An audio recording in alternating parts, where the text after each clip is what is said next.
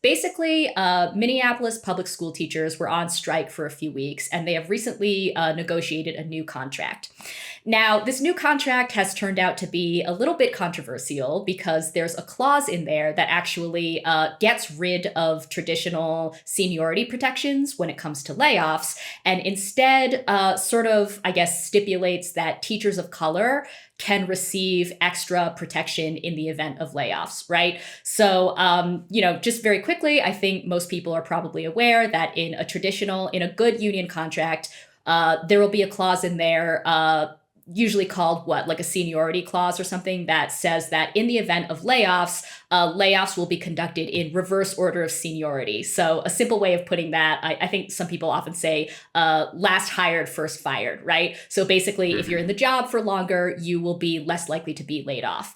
So the new Minneapolis teachers contract has some additional language in there that says that teachers of color can actually be exempt from these seniority protections. Now, as you can imagine, conservative and right-wing outlets got wind of this and are going crazy. Right-wing news outlets have been reporting this clause as, white teachers are going to be laid off, or white teachers will be laid off first, right? And there is a kernel of truth to that, and I think that we should talk about that. But first, I want to read a quote from a more sympathetic outlet that was covering this contract, because I think this is actually a little more interesting. So the Minneapolis Star-Tribune covered this clause of the contract, and their headline was, "New Minneapolis teacher contract language disrupts seniority to protect educators of color."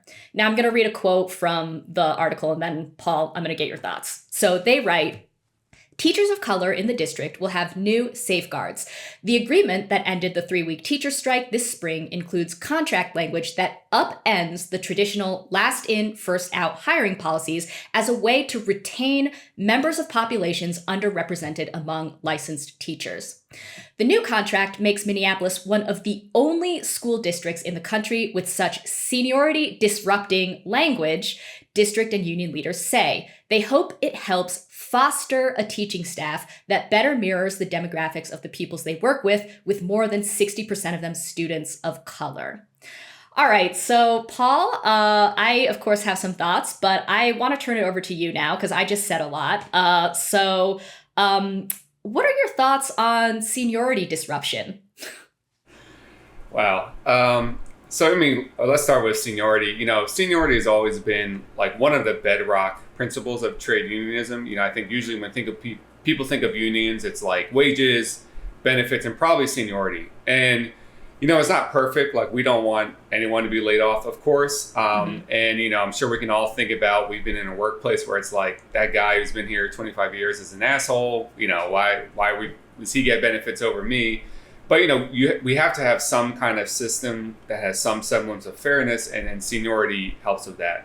And there's definitely, historically been some very real tension with seniority when it comes to race. I mean, if you have industries where they've discriminated in the past against non-white workers, and then they let them in, those workers, of course, are going to have less seniority disproportionately and will probably be the first to be laid off, or at least earlier in the historical period. Last time I was on, I talked about blue-collar black workers in the auto industry, and it's great. So many of them were hired in the 60s, but that was relatively late. So we had a situation where in the 1980s, when plants started to close, these black workers were the first to be fired. So, it's a difficult question. I'm not trying to negate that there are some tensions here, but really no one else has really come up with a sustainable solution for this issue. And I think the hope is that after long enough time in an integrated society, you'll have roughly equal numbers of white workers and workers of color with high seniority. And I think the big issue with this proposal is I can't think of a better way to sow division and resentment within the union than a policy like this. And, who knows, maybe the membership in this case is overwhelmingly in favor of it. I don't know. But it seems like this could open the door to a lot of really big problems. And don't forget, the public sector now is right to work on a national level. So public sector workers can opt out of the union, of paying their union fair share fees. And my fear is something like this could cause an exodus and, like you mentioned, give ammo to the right wing that's already trying to demonize teachers' unions.